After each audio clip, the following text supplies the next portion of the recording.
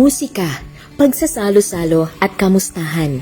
Ganito ginunita ng mga key non-commissioned officer ng 7th Infantry Kaugnay Division Philippine Army ang fellowship dinner kasama ang commander ng 7ID Major General Andrew D. Costello at iba pang opisyales.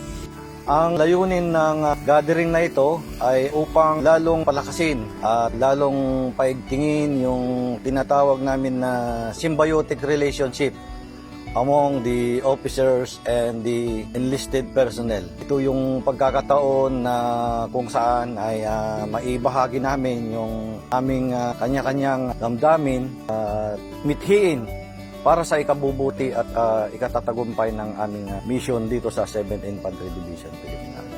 Pasasalamat naman ang hatid ng mga TNCO kay Major General Costello, hindi lamang sa pagkakataong makapagsama-sama sa kasiyahan, kundi sa patuloy nitong pagbibigay ng high moral, ng suporta at tiwala sa bawat NCO'ng kaugnay. Papasalamat po kami sa kaming mga senior NCO na imbitahan po kami sa isang kaganapan na kagaya nito para makadaupang palad ang ating commander. Bilang isang NCO, lalo na ngayon na malapit na ako sa aking dapit hapon sa aking serbisyo. Isang malaking karangalan po ito sa akin dahil sa aking pagre-retiro. Papasalamat ako sa kanyang good leadership.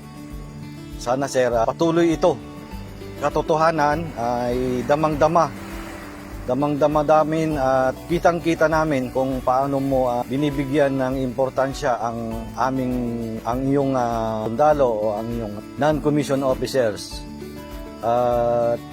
Ang masasabi ko sir ay inaasahan mo o maasahan mo na ang suporta ng buong kasundaluhan ng 7th Infantry Division ay buong suporta naming ipagkakaloob sa iyo sir.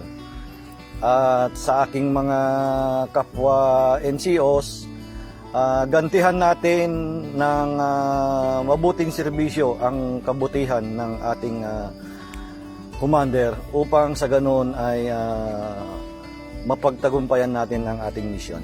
Tunay na maningning ang bukas para sa 7ID dahil sa patuloy at mas tumitibay pang ugnayan ng bawat isang sundalong kaugnay.